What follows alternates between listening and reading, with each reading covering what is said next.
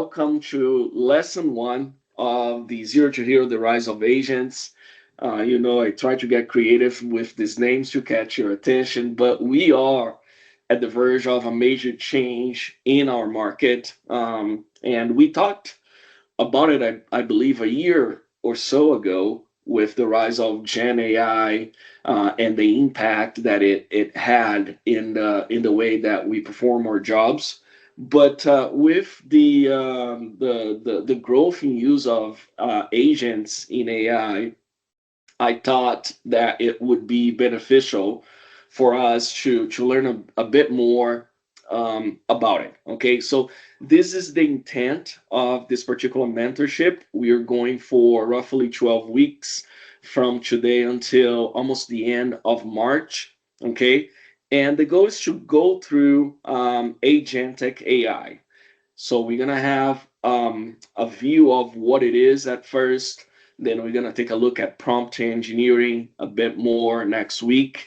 And by the way, next week is the only week that we are not going to host this class on a Thursday. We're gonna shift it to Wednesday. That's the only way that Gita could be available for us. Um, Please take note of it. If not, I will remind you that next week we are meeting at the 14th, which is the Wednesday that week. And then Chris Huntingford will deliver two lessons on preparing agents to go into production. Much similar to what we have seen with use of data in the past. The problems that we dealt with low code specifically was that it wasn't really the technology itself that wasn't ready for the market, but how data was being used in low code. And it's a similar situation with AI. If your data is not ready for AI, then the technology cannot help you there. Okay, so Chris is going to hammer on it. It's not only good to build an agent, but how you get it ready for production. And then he's going to talk about red teaming and all that stuff. Um, Nick Dolman takes over in February, and he will talk about Plan Designer. You'll notice in my presentation today, I'll talk about Plan Designer just a bit and the shift to a product that has a similar name but in another packaging. So we'll talk about it today, but Nick will dive deep into Plan Designer. Then April Dunham will showcase multi-agent orchestration. Eric Salve, M365 agents, and workflow scenarios. One of the things that I have noticed is that M365 is coming closer and closer to Power Platform in terms of the assets that it provides. I remember seeing a similar move with Dynamics 365 and then SharePoint, how the families got together after some time and it became the Power Platform. I'm seeing a shift there as well with Office 365, M365. A lot of the assets that it's putting out there for use are very similar to what's available in Power Platform. I would assume that eventually the two things will merge, not necessarily that Power Platform will overtake, Office 365, but things such as M365 Copilot, M365 App Builder, I think they will have a similar UI or they will converge with some of the app building, vibe coding features that are available or becoming available in Power Platform.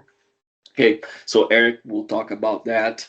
Then a friend from Brazil, Renato Romão, will showcase some of the agents and the connection to Foundry models and Fabric as well. Scott Duro will dive deep into code apps.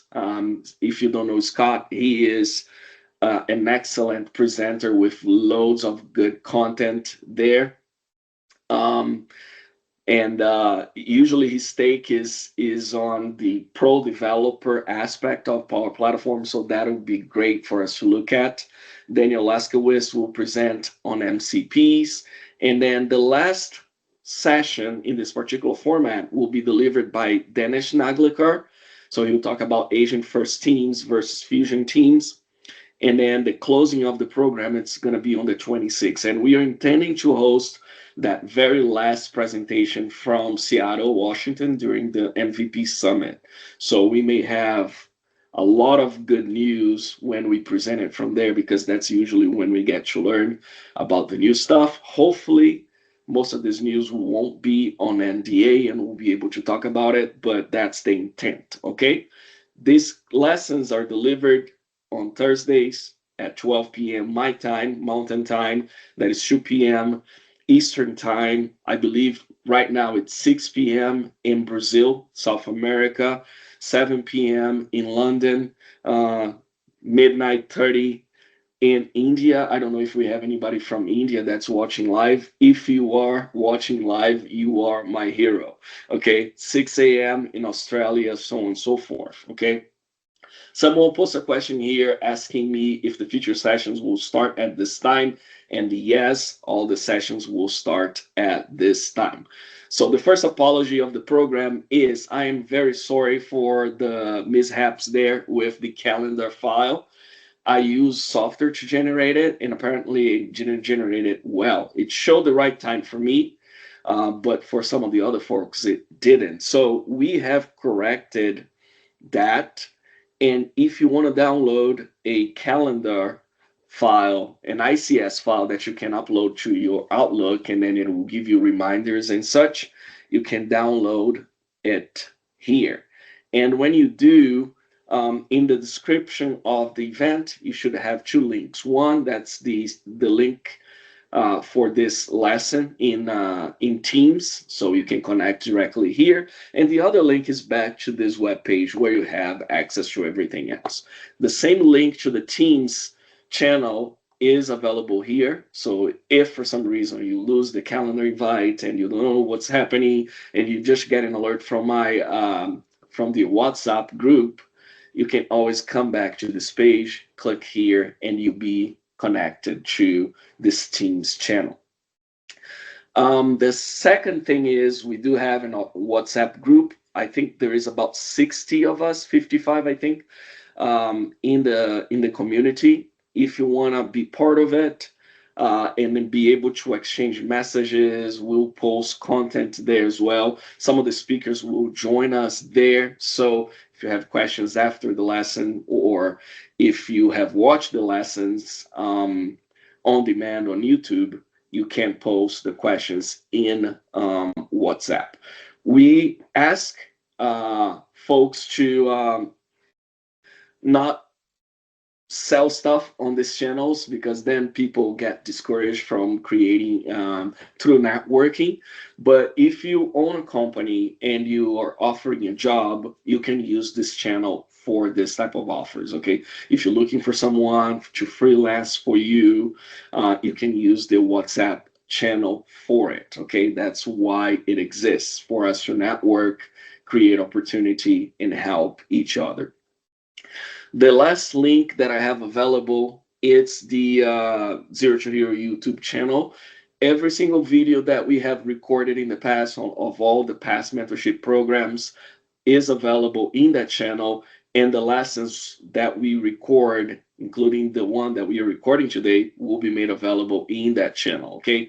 We try to upload these lessons before 8 p.m. my time. I cannot promise that it's always going to be like that, because sometimes life happens and I have to do other things.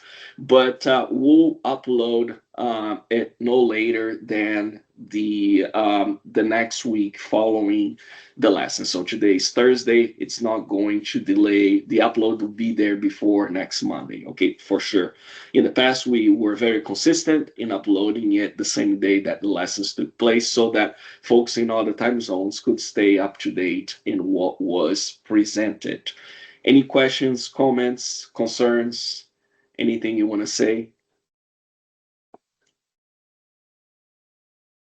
No? All right, everybody's pretty We are quiet. we are just excited, Victor. That's all we can say.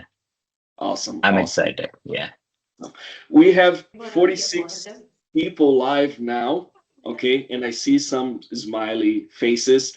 I did this earlier today. I asked you to open your camera, but we have a lot of people now If you could do it now one more time before we dive into the lesson, I would be very grateful. Okay. All right. 30 seconds before we move on. All right. Any more? Any more of you? Wow, that's so cool. So cool. So many of you. So many of you. That's amazing.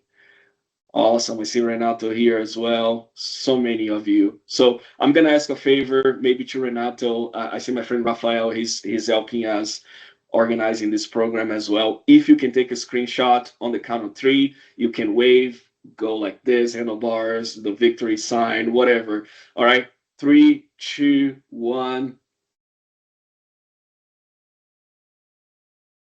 Awesome. Awesome. Hello, Daniel. Aloha. All right, I will kill my camera for now as we dive into the lesson so that I do not uh, create any type of lag, and we'll dive into this. Very good, very good. Cool, cool. All right, let me know if you can see my slide deck. Not yet. Still the website. Still the Ah, website. now we can see it now. It's here now. Cool. All right. So this first lesson though, it's an intro to agentic AI. A lot of it will be concept. Um, I know we want to get our hands dirty and we want to learn stuff that will, excuse me, impact our work. But I'll talk about concept first, and then we'll dive into some of the hands-on towards the end of the presentation. All right. Very cool. You know who I am. There is a QR code if you want to connect online. I believe most of you have already.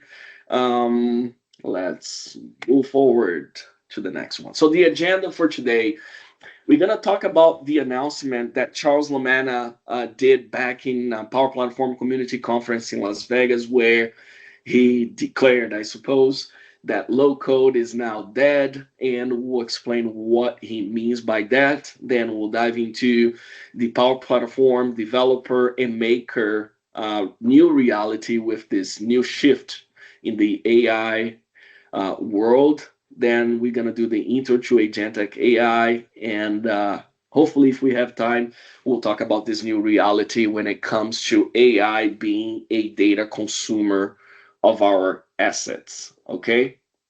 Who's ready? Who's ready? Give me a thumbs up. Come on, come on. Show me that you're there.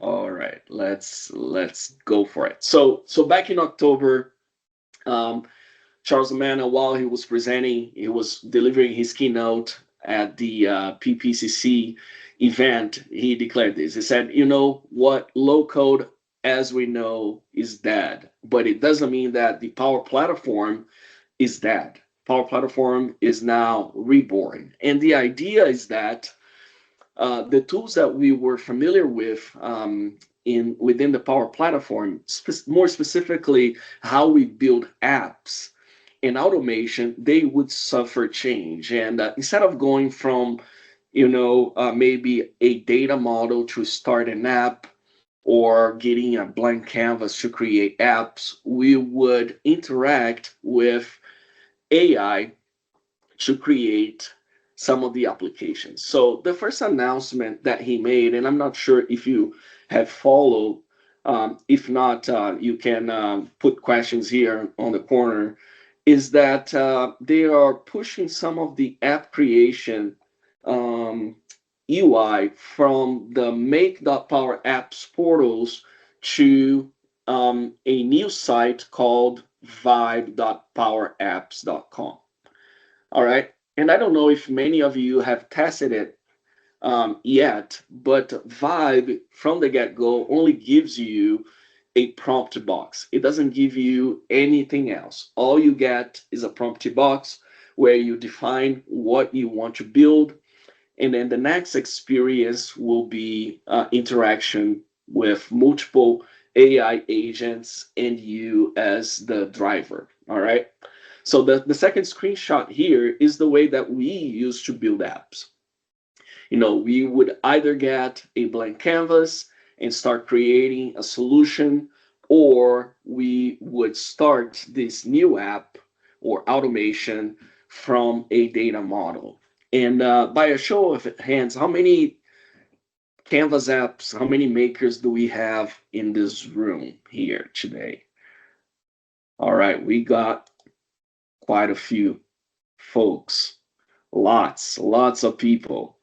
Yeah, so pay close attention to the shift in what Microsoft is proposing. I am not yet fully convinced that this is the way to go moving forward 100%, meaning that I don't think makers specifically will be very comfortable with the idea that in order to build an app now, I don't get my hands dirty in doing a little bit of drag and drop and changing the settings and configuring the app the way I want.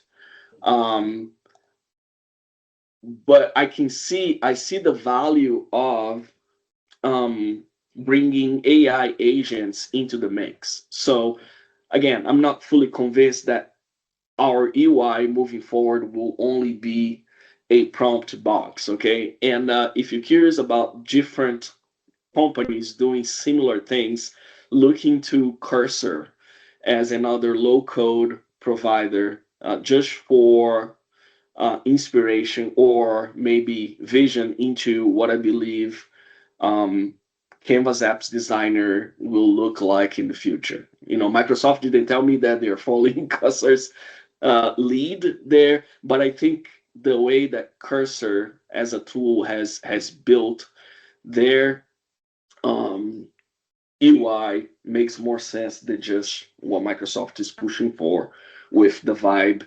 website. Okay, so for Vibe, what happens is once you define the details of what you are building, you're going to get a series of different screens after. So, and this is a combination of a bunch of AI agents that are working behind the scene. Don't worry if I don't talk in detail about what the screens look like, what you should do. This is what we are going to dive into details throughout this program, throughout this mentorship.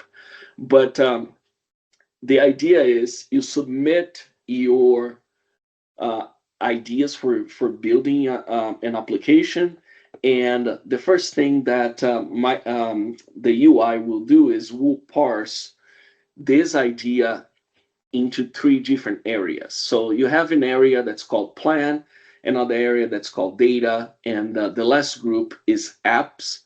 So the plan is a catalog that's similar to what a business analyst would do. Um, it will outline the roles that are involved in this particular implementation or solution, rather. It will outline the requirements per role, and then you are able to interact with AI to further enhance or to provide further detail to that particular solution. So I'm gonna open a plan that I built for a solution just to show you what the UI looks like, but I won't dive too deep into what it's doing. So here's the solution. I call it the COP EDU mobile hub. And the idea for the solution is I needed to create an app where, in case of a natural disaster, parents would be able to students would be able to move forward with their education. And the way it would work is either a parent does the homeschooling of their own child, or parents with more capacity, be it space in their house or and time, they would host classes in their homes. Okay, so that was the idea of the solution. So when I submit that idea into vibe.powerapps.com, it broke down the user roles for my solution, okay? And it also suggested a data model for my solution. Sorry if this is too small. all of the tables that it suggests it should use, and then finally it created the shell of an application for me. All right.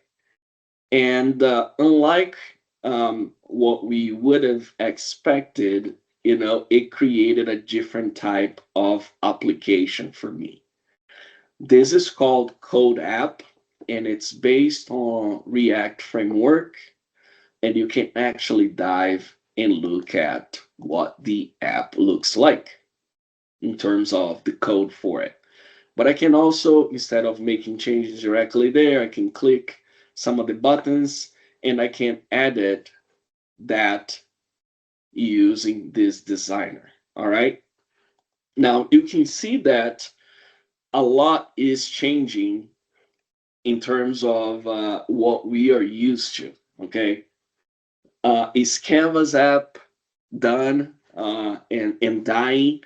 I don't have that answer. What I know is that for vibe.powerapps.com, Canvas apps is not an output of that particular solution creation story, right? Microsoft is pushing for code apps. If you go back to make.powerapps.com, you have a similar setup. There it's called Plan Designer. In their version of Plan Designer, or in that version of Plan Designer, you can create Canvas apps and model-driven apps, so on and so forth, as an output from this particular plan setup. Okay? Any questions so far? Comments, concerns, discouragement? If not, we'll continue. I'm not advocating for one app versus the other, but I'm just outlining what Microsoft is doing and the direction that they're going moving forward. Okay?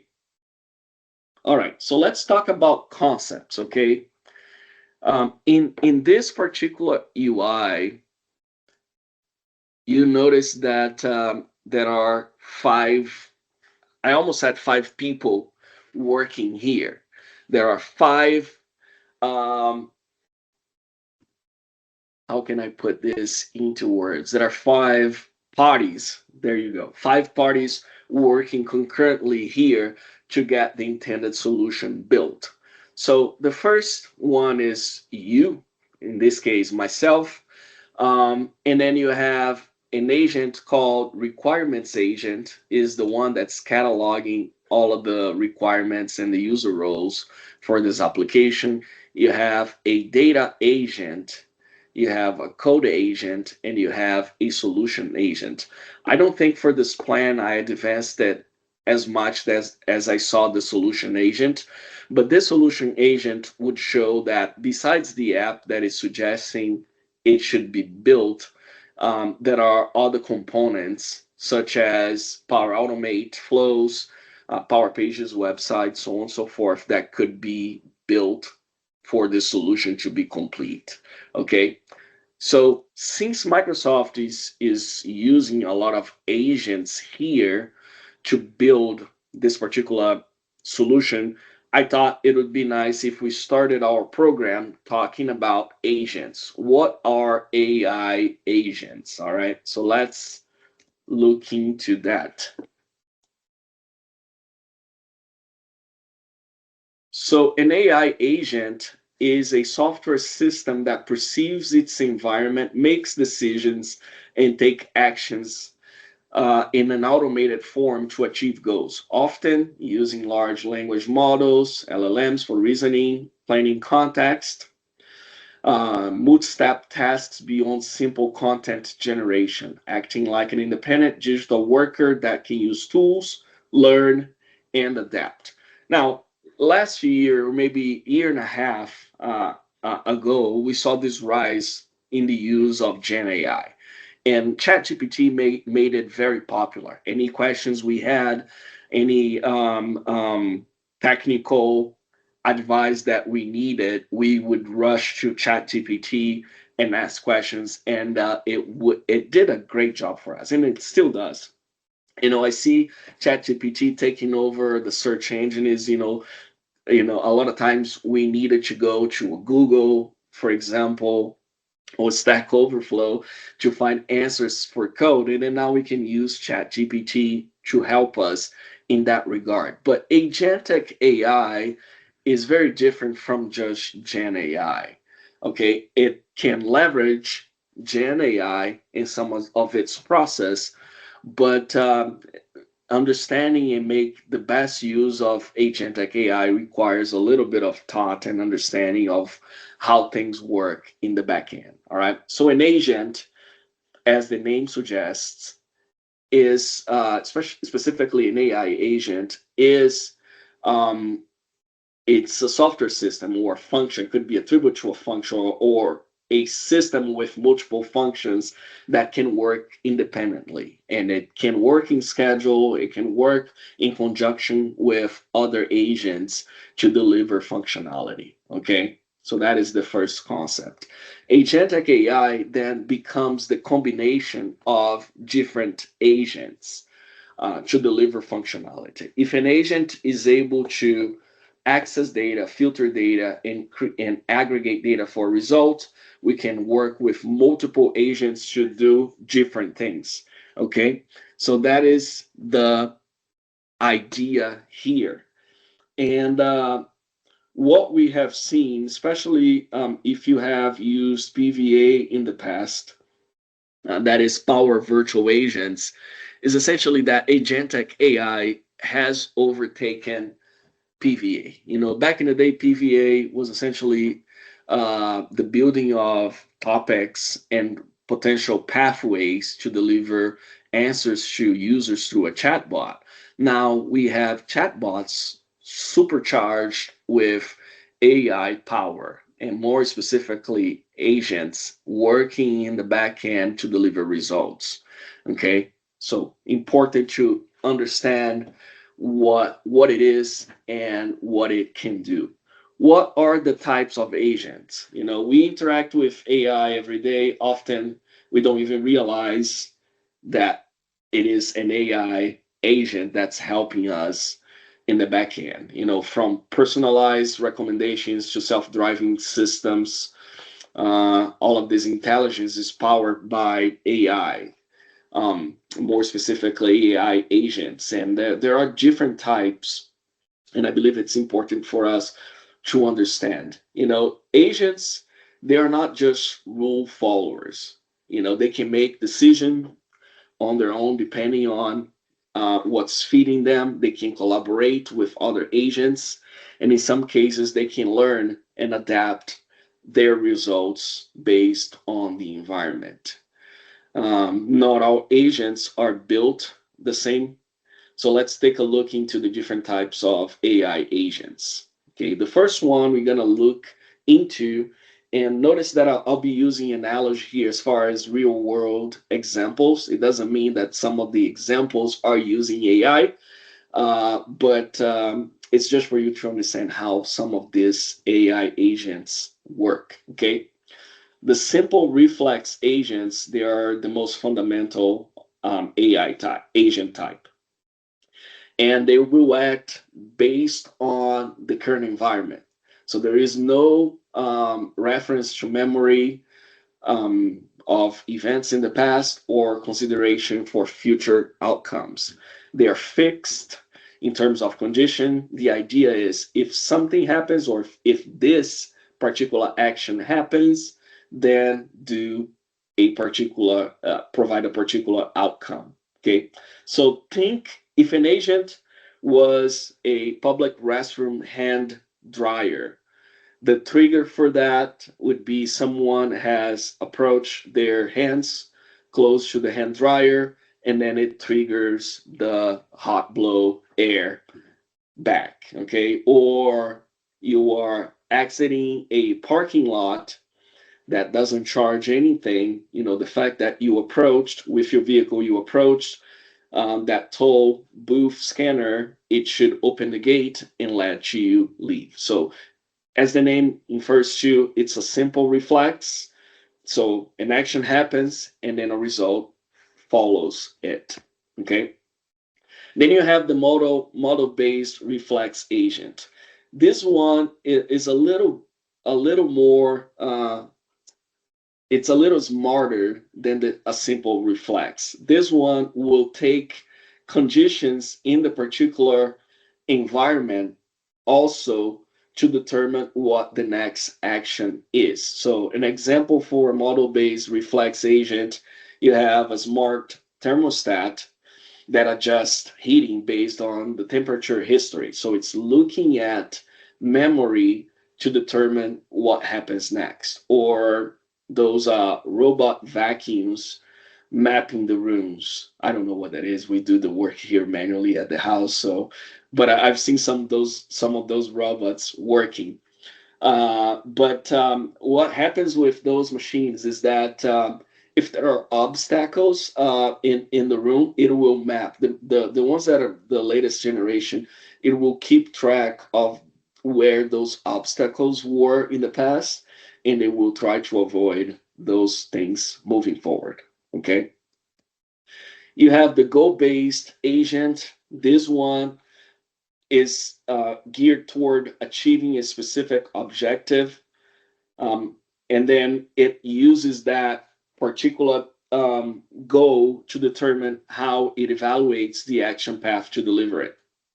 Okay, so for a driving car, it will plan the routes while avoiding obstacles. Digital assistance as well, it will try to meet the intended result, which is to book a meeting, um, looking at the object rather than any other component there. Okay, so they're specifically useful where planning and foresight add value beyond simple reaction. You have the utility based agents. For these ones, though, it's a combination of goals and other metrics. So if we look at goal alone, you may not get the intended result for the agent itself. So here's an example: an airline system that adjusts pricing dynamically by looking at demand and revenue. So now you have two particular metrics to look into to determine what the goal is, or the goal becomes a combination of the two. And then another example is trading bots. You don't want to go always for the highest return, so you need to look at risks as well to protect yourself. So you are looking at two angles to determine what's the best outcome when using these particular agents. You have learning agents, agents that will adjust behavior based on feedback or in experience. So it's not just fixed on rules or predetermined models. So for these ones, you can look into an example, would be if you guys use Netflix or even Spotify, the way that it promotes to you music or movies you haven't watched is based on optimized behavior. So it learns about you before it compiles the suggestions. Okay. Uh, Also have care systems that will refine diagnosis based on patients' data. And then the last two um, agents that you see here are actually combination of the types that you have seen before. So the hierarchical agents are agents that are built using layers. So not all of them are used at the same time, but if a particular one is used, it can then invoke other agents that are built at a lower level for task execution, as an example. And then you have the multi-agent systems where you're essentially handing over um, data or commands between different agents. Okay, so those are the two other types. So I put together a table that outlines the agent type, um, and when they are their best use, examples, and some of the limitations here. This is going to be available in the deck for you to look at later on. as well. You can download and play with it. Okay. I am not looking at the chat room, but I'll take a pause to see if there are questions at this moment.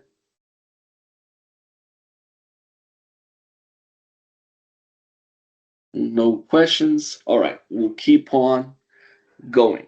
So you may ask, Victor, why is it important for me to use?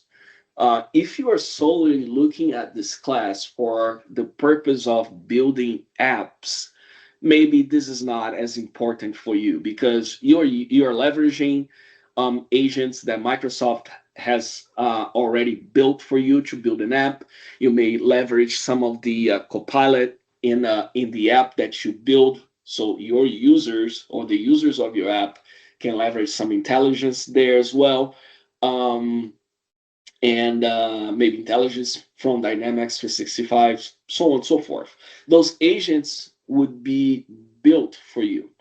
But the way that the industry is going, and I will attempt to quote, maybe not quote, but I'll paraphrase Satya in one of his keynotes. I believe it was in one of the Ignite events. He said this: what he predicted is in the future, apps will go away, and essentially people will interact with agents to get the job done. So instead of logging on and accessing an app to input data to a form, you'd be able to tell an agent to add that data for you in a system, or if you're consuming the data, instead of logging on to a Power BI dashboard to see it, you could ask a agent to go get the data, create a diagram for you, and present it on that particular chat window.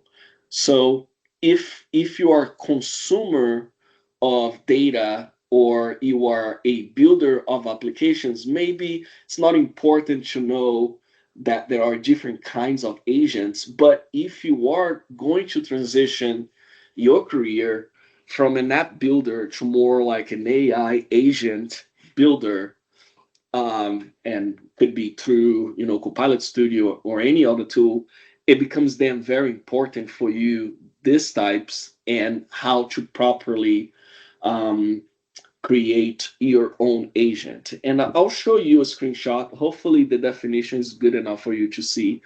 If not, the same content that I am going to talk about is going to be presented in depth by other presenters in this program. But this is the landing page for, come on, for Copilot Studio. And in here, when you create um, an agent, when you start to create an agent, Copilot Studio will kind of give you some suggestions of what you can build. You can use some of this knowledge sources or use this agent templates to create your own. You can create an agent that's going to navigate across your organization and list out names of employees, their current job titles, phone numbers, so on and so forth. But it starts this way. One of the things that I don't think I have a good screenshot for, but I attempted to get, is the list of different knowledge sources that you can include into your agent or the agent that you are building. So this is where it becomes important to understand what kind of agent I am leveraging or kinds of agents that I am leveraging to build my own. Okay, Microsoft has made available a number of different connectors as knowledge source for your agents. Um, I think it is in the magnitude of 400 or 500, if I'm not mistaken. And on top of that, you have different things called MCPs and so on and so forth. So when you build your agent, you need to have understanding of what you are connecting and how those sources interact with your own. Um, with the agent that you are building. So let me step back one more time here. Suppose that you need to create an agent for scheduling meetings with your CEOs in your company, and you're going to use Copilot Studio for that. Okay. Um, so the agent from the get go, you probably are going to connect with Microsoft Graph or that Teams Explorer template there so that you have visibility into your organization, who works there, who are the C-level team, who are the members of that team. And then you might want to connect to another source, knowledge source to find out their availability, so access to their calendar to know who is available and who is not available. And then you may have other things to throw into the mix. You know, are you an employee? What level in the chain are you? Can you book meetings with this person? So on and so forth. So all of this data may be available through the use of the connectors, but how you interact with it and then how you play with other types of agents may become important to bring into the conversation. Okay. Um, let's talk a little bit about knowledge sources as we explore creation of agents in GitHub Copilot. Um, as I mentioned, there are multiple sources that you can bring into GitHub Copilot to be used into the building or the making of your agent. Um, but they may present challenges when it comes to security. All right. Again, in my example, it's I'm building an agent to make scheduling meetings with my C-level members easier. And maybe in the same agent, I wanted to throw in information about HR. You know, when booking a meeting with the CEO, these are the things that you need to be mindful of when you get into the meeting, so on and so forth. And let's suppose that that information is part of a bunch of documents that I have available in SharePoint. Okay. The connector that Microsoft offers is great. It allows you to tap into document libraries and you can bring those assets into the conversation there. But guess what? Your information is as good as you have built it in your data sources. Okay, so if the files you're going to use are not doesn't if they don't contain enough information about the process you're trying to expose through an agent, then your agent is not going to build that intelligence for you. And then you have another concern around have to be concerned around security as well. What are the other documents that are part of that document library? Am I only exposing safe HR files, or am I also exposing that Excel file that lists out the salaries of everybody who works on the company? It may be funny, but I've heard of scenarios recently about companies who expose their whole salary list per employee through an agent. So we got to be careful on how we use it. So when you select the knowledge source, Microsoft will make a bunch of things available, but it doesn't mean that it should be the alternative that you use. Okay. If you use files for building a Copilot agent, notice that it goes into that particular index as unstructured knowledge. So whatever you put there is going to become knowledge that your Copilot is going to use.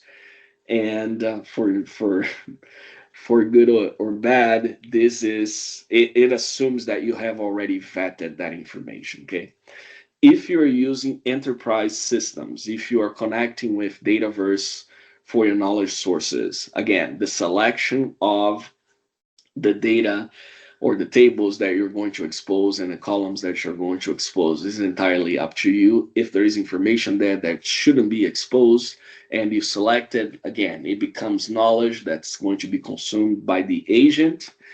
And the context of that conversation is based on the connection that you have established between Copilot Studio and the source itself.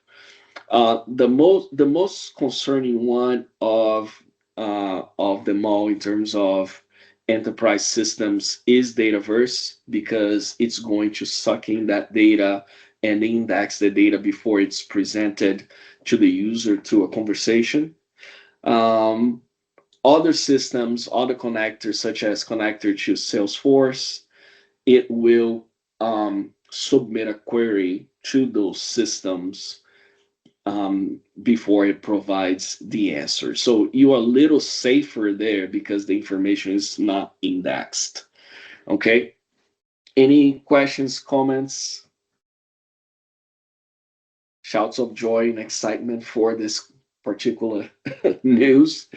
All right, let's move forward. Okay, so the last part I'm going to address in today's presentation before we turn into like Q&A is the use of MCP. Again, all of the subjects that I spoke about today will be dealt with in depth as we go into the lessons, specific lessons. So let's talk about MCP. Now, we said that, Copilot Studio provides these amazing connectors to a number of different sources, which is great. But if you want to add a level of security to your agents as you build it, I would strongly advise you to use MCP as the knowledge sources. Okay, MCP will offer that layer of context to the conversation, and also it will limit what can be done based in context. So, if I connect a Dataverse environment as a system, a sysadmin, I am able to see everything. I'm able to execute actions. I'm able to create tables, so on and so forth. Not to say that your agent should be able to do all this, but if I connect it using MCP, then the security will be driven by the user that's kept in context there. So if a user has less or lower level of access to information, then you're already protecting what kind of information is exposed in the conversations or actions that that particular um, agent or your agent is supposed to do. Okay. And there is a number of MCPs that are available as sources. You have lots in Copilot Studio nowadays. You have even, Box MCP server. You have the Dataverse one. There's one for forms. So you can actually interact with a Canvas app through the MCP for Canvas through an agent if you so desire. Okay. And I hope, there is a presentation, the title of the presentation from Daniel is called MCP Without Borders. I think he'll talk about the use of MCPs in Copilot Studio, and then the use of the M yeah, of your agents outside of this particular stack. So that is the idea of that particular presentation. Okay. So the next part of this is a quick demo. I'm gonna do one demo on each aspect that or topic that I talked about today. Let's start outside of the Microsoft stack. Okay. So what we are going to look into is, okay, Victor, and maybe the idea of Agentic AI makes sense to me, but I'm very familiar with Gen AI. I've used ChatGPT. Can you show me something that can help me kind of make an association between the two. All right, so let's do this. Let's go to Chat GPT, okay? And what I will do is I'll throw a prompt here, which is compile a list of updates um, from Power Pages influencers and also the Microsoft Power Pages announcement page. Okay, so I will run this and we'll get the results that we expect.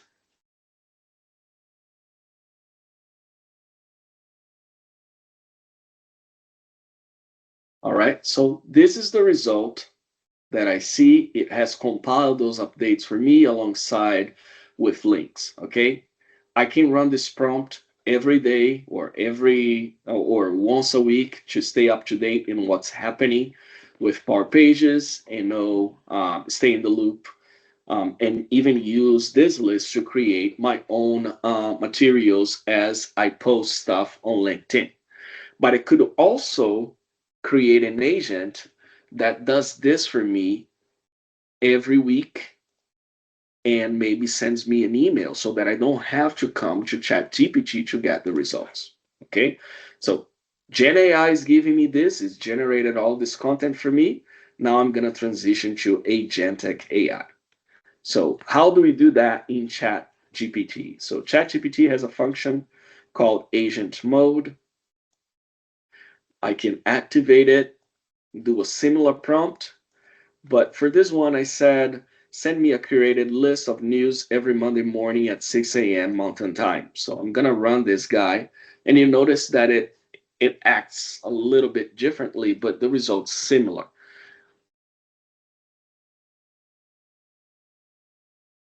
And thanks for the guys who provided the definition for MCP. I'm sorry. Yeah, Model Context Protocol.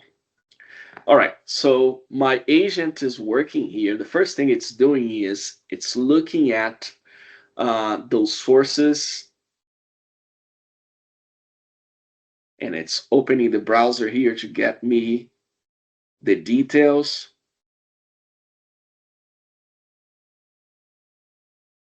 So let's give it a minute.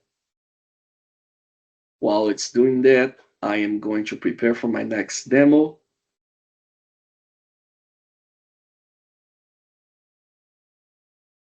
Let's move this out of the way. All right, let's go back.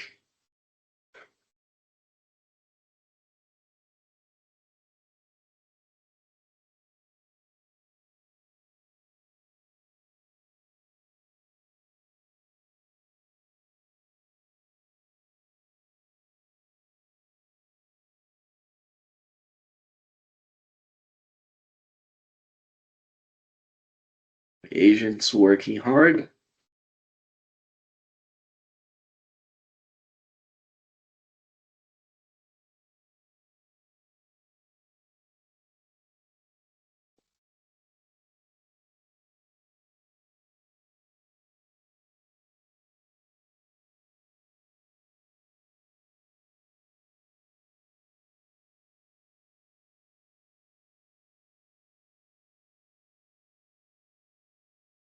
It's still doing some work there.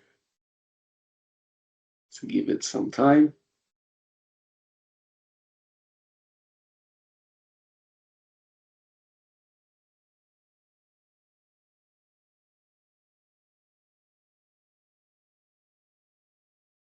Oh, it's really cool how it is telling you what it's actually doing.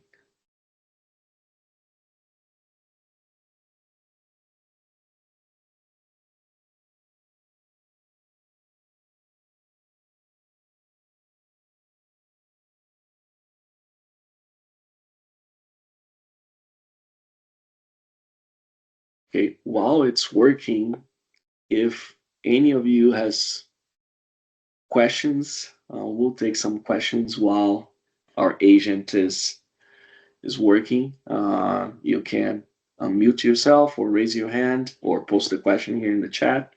We'll try to take some questions while our agent is doing the job. Anyone?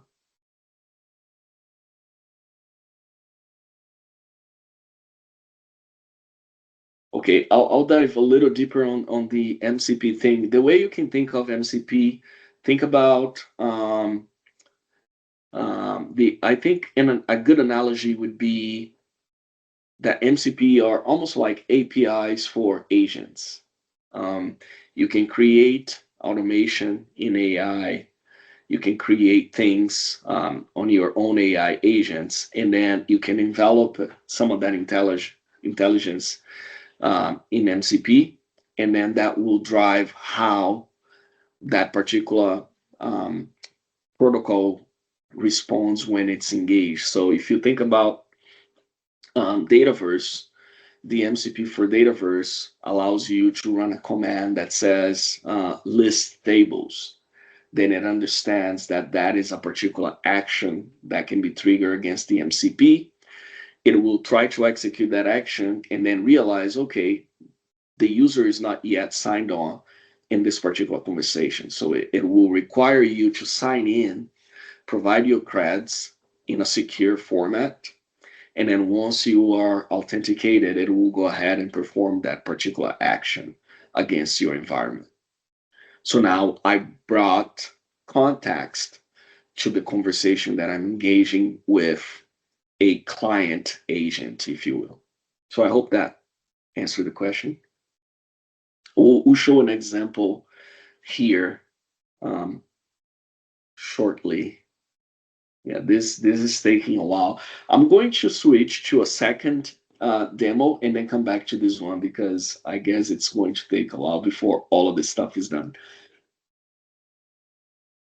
Okay, so the next example is essentially in the use of MCP. So I created, or I configured rather, an MCP for a Dataverse environment that I use. So I'll start this server, and I have one also for DevOps, Azure DevOps.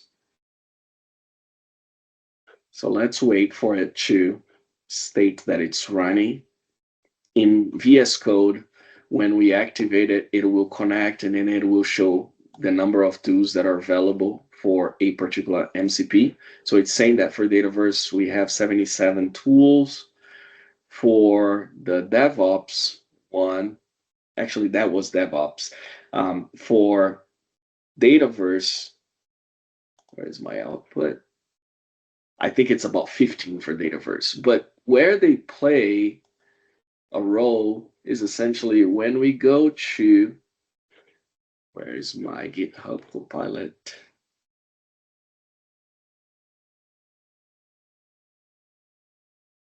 When we start to interact with GitHub Copilot, which is an agent. Did I do this, Victor? Sorry, I closed the chat.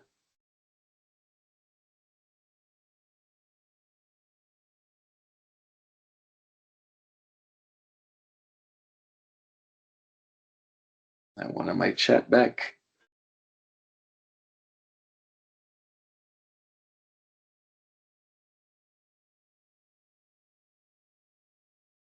Oh, right here, open chat. Okay, so when I start to engage with my chat, I can do things like list tables.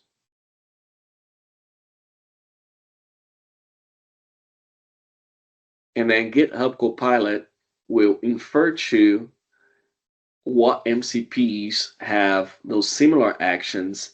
And then here, it should ask me to sign in, unless it capped my creds into context. If not, it's gonna ask me to sign in. I think it capped into context from the last time I signed on. But you see, it's listing the core tables.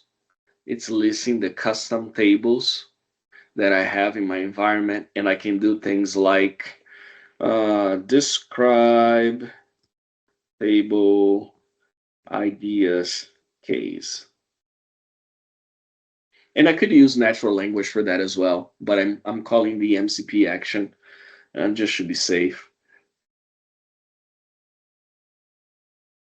You see, it went into the backend, got the metadata for my table, and described it here. And this becomes very handy because I can do things like show me an example of a Dataverse um, web API call listing out all cases in table ideas case. Presented using bootstrap table. So let's see what it does.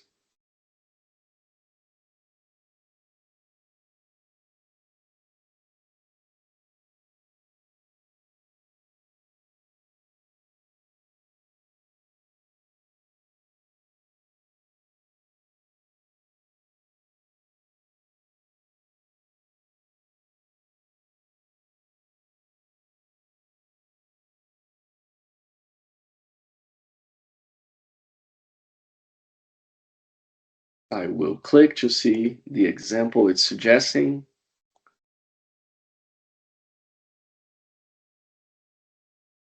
And more importantly, let's take a look at the Dataverse Web API command. So if this was my required job for the day or task for the day, it's almost done for me, right? So I could play with it a little bit. One other thing that we can do, I mean, that was the example with the Dataverse MCP. We can run the same for the DevOps in my projects. So the command is list work items. Let's see if this one works.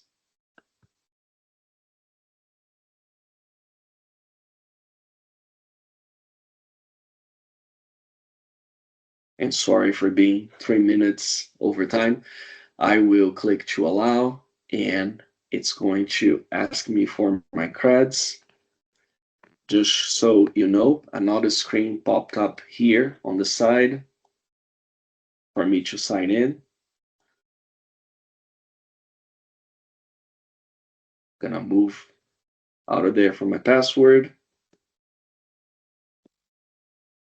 And okay, off code successfully acquired. I can now close this window. And then going back to see the results.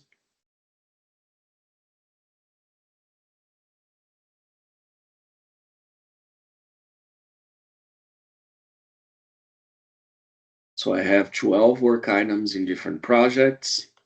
It listed out the projects and the tasks that I needed to do. I can say something like, I am working on task number 97 in project Power Pages Plus. Please write the initial code based on what is being requested. Now, I don't even know what my task is on this dashboard thing, but I don't want to bother going all the way to Azure DevOps to understand what it is. I could ask it to just give me a description of what the job is, but I'm going to ask AI to create the initial code stub for me. And a lot of times it is the whole task already being done by AI for me.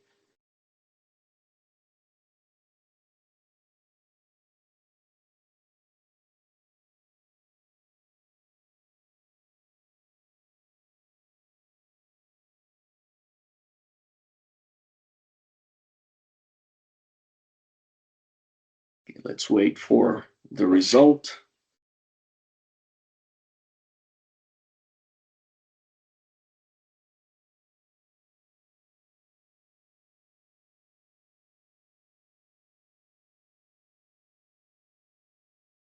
And do we think that the ChatGPT agent is finished? Yeah, I think it's finished, but let's see this files, the generated file here first. All right, so it created a dashboard chart for me. File already exists. Yeah, I will allow it to remove. Let's just see the end result of this experience. For context though, the task is creating a dashboard within Power Pages.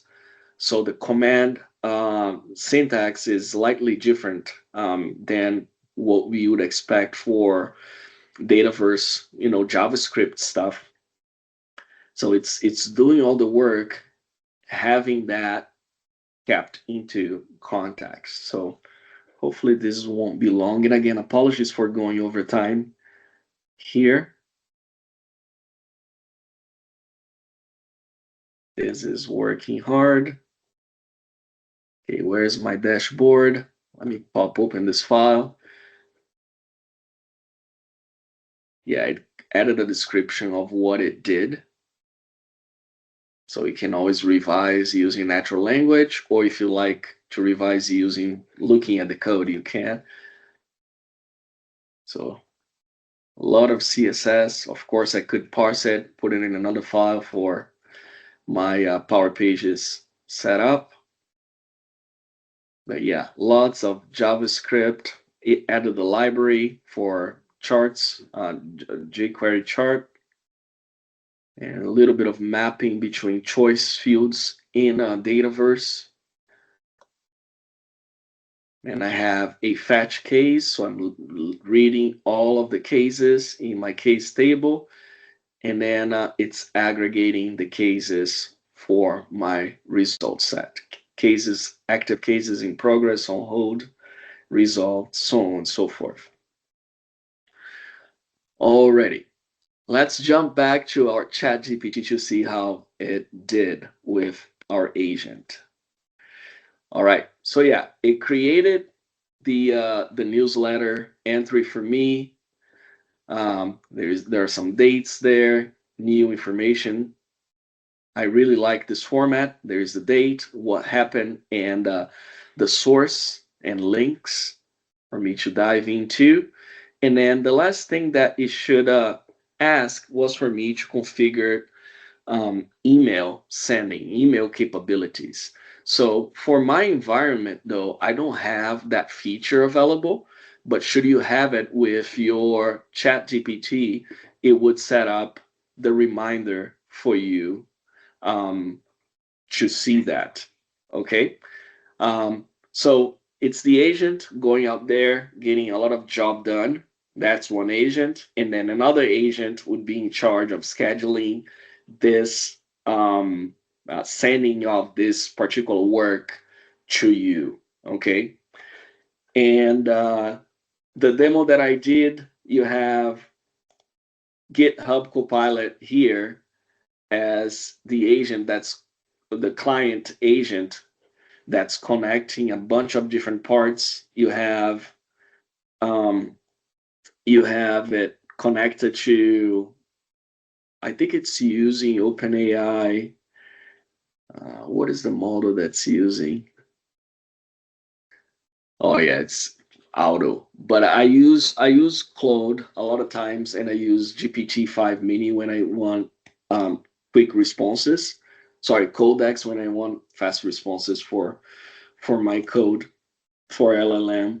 But I brought two MCPs into the conversation, and depending on what you're working on, maybe you want to add the Microsoft Learn MCP to get some of the information like documentation from Microsoft, or if you're writing SQL Server stuff and there is a particular way that you should write, and if there is an MCP for those notations, whatever the case may be, you can bring those into the conversations, and then your results will be a lot better because you're referencing things in context instead of just what the LLMs think they should offer to you as a particular answer. Okay. All right, so this is the end of our first lesson today, and I know I went over time.